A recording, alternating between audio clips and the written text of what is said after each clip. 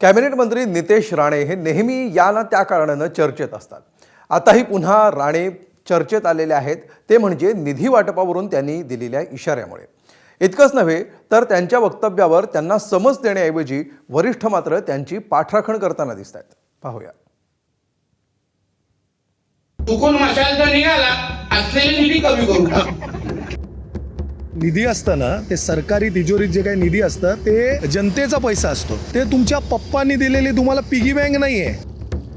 नितेश राणे मत्स्य व्यवसाय आणि बंदरे मंत्री, सोबतच सिंधुदुर्गचे पालकमंत्री. कधी आक्रमक हिंदुत्ववादी भूमिकांमुळे तर कधी बेताल वक्तव्यांनी चर्चेत राहणारे आता पुन्हा एकदा चर्चेत आलेत. जिल्हा परिषद आणि पंचायत समिती निवडणुकांच्या पार्श्वभूमीवर नितेश राणेंनी कणकवलीत फोंडा जिल्हा परिषद मतदारसंघात शिंदेंच्या शिवसेनेच्या उमेदवाराच्या प्रचारादरम्यान एक वक्तव्य केलं, ज्यामुळे मोठा राजकीय वाद निर्माण होण्याची शक्यता आहे. मंत्रिपदावर असलेल्या नितेश राणेंनी विरोधकांना एक प्रकारे गर्भित इशाराच दिलाय.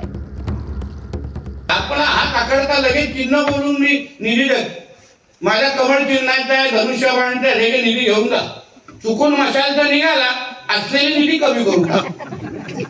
सगळ्या सरपंचांना तेव्हा ग्रामपंचायतीला सांगितलं आम्हाला ग्रामपंचायती द्या, नाही तर 1 रुपयाची निधी देणार नाही. फटाफट सगळे सरपंच बसले.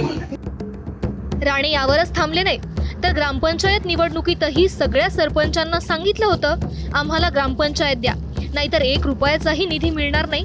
त्यामुळे सगळे सरपंच पटापट आमचे झाले असा दावाही त्यांनी केला. जिल्हा परिषदेतून उभाटाच्या मशालो निवडून निधी आणणार कुठून? खासदार नाही, आमदार नाही, लोकप्रतिनिधी निधी आणणार कुठून? मग ह्यापेक्षा सत्तेच्या प्रभावामध्ये राहून जेवढे शिवसेना विचाराचे सरपंच आहेत बरोबरून निधी भेटते.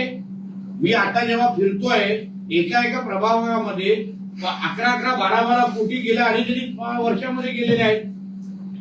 मग उद्या अगर तुम्हाला निधीच मिळणार नसेल, विकासच होणार नसेल, ह्यापेक्षा थेट कमळ आणि धनुष्यबाणावर बटन दाबा आणि पाहिजे तेवढी निधी मिळवा. नितेश राणेंच्या या टीकेला ठाकरेंच्या शिवसेनेचे नेते अखिल चित्रेंनी आणि वैभव नाईकांनी चोख प्रत्युत्तर दिलं. निधी असताना ते सरकारी तिजोरीत जे काही निधी असतं ते जनतेचा पैसा असतो. ते तुमच्या पप्पांनी दिलेली तुम्हाला पिगी बँक नाहीये की तुम्ही ठरवणार कोणाला द्यायचं तर. आणि हा जो काय प्रकार हे उघडकीस आलेला आहे ते बिनधास्तपणे सांगतायत माध्यमांना. मला असं वाटतं हे घटनाविरोधी, लोकशाही विरोधी आणि कायद्याच्या दृष्टिकोनातनं अयोग्य आहे. शिवसेना उद्धव बाळासाहेब ठाकरे मुख्यमंत्री असताना ज्या पद्धतीने रत्नसिंधू योजना झाली होती, ती रत्नसिंधू योजना यांचं सरकारनंतर बंद पडली. त्याचबरोबर त्या योजनेला टाळं लावण्यात आलेलं आहे. आणि त्यामुळे नितेश राणेंनी जे आपले हे आहेत उमेदवार आहेत किंवा जे आपले लोकप्रतिनिधी आहेत त्यांना बी निधी द्यावा, ते लोकप्रतिनिधीसाठी वणावणा करतायत. पण आज बघितलं असाल की ते शिवसेना उद्धव बाळासाहेब ठाकरे संपली म्हणून वारंवार संघर्षतात, अनेक लोकांचे प्रवेश घेत असतात, तरी पण त्यांना 25-25 लाख 50-50 लाख रुपये देऊन उमेदवारींना आमिष यावी लागतात. त्यातले काही उमेदवार आमचे मागे घेतले असतील. दरम्यान निधीवरून प्रत्यक्ष अप्रत्यक्ष धमकी देणाऱ्या नितेश राणेंना सरकारी निधी हा कोणत्याही पक्षाचा किंवा चिन्हाचा नसून तो जनतेचा असतो अशी समज कदाचित पक्षश्रेष्ठींकडून दिली जाईल अशी अपेक्षा होती. मात्र उलट त्यांचं एक प्रकारे वरिष्ठ समर्थनच करताना दिसले. माझ्या नागपूरच्या पालकमंत्र्यांनी सांगितलं होतं की बावनकुळेला निधी द्यायचा नाही, विरोधी पक्षाला निधी द्यायचा नाही. मग आता त्यांनी ते पेरलाय, उद्धव ठाकरेंनी ते पेरलाय, आम्ही नाही पेरलाय.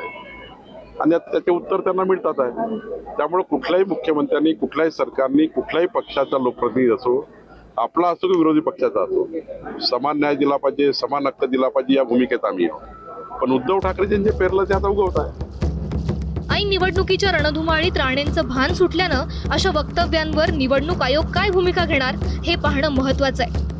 मात्र सत्ता येते जाते, पण सरकारी निधीवर मालकी गाजवण्याची भाषा लोकशाहीची मुळे कमकुवत करणारी आहे. निवडणूक प्रचारात बोलण्याआधी जबाबदारीची जाणीव ठेवणं हीच आजची खरी गरज आहे. सदाशिव लाड, एबीपी माझा, सिंधुदुर्ग.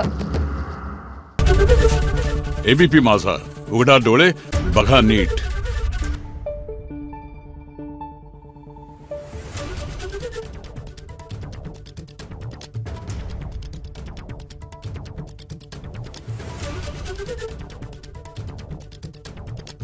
आहे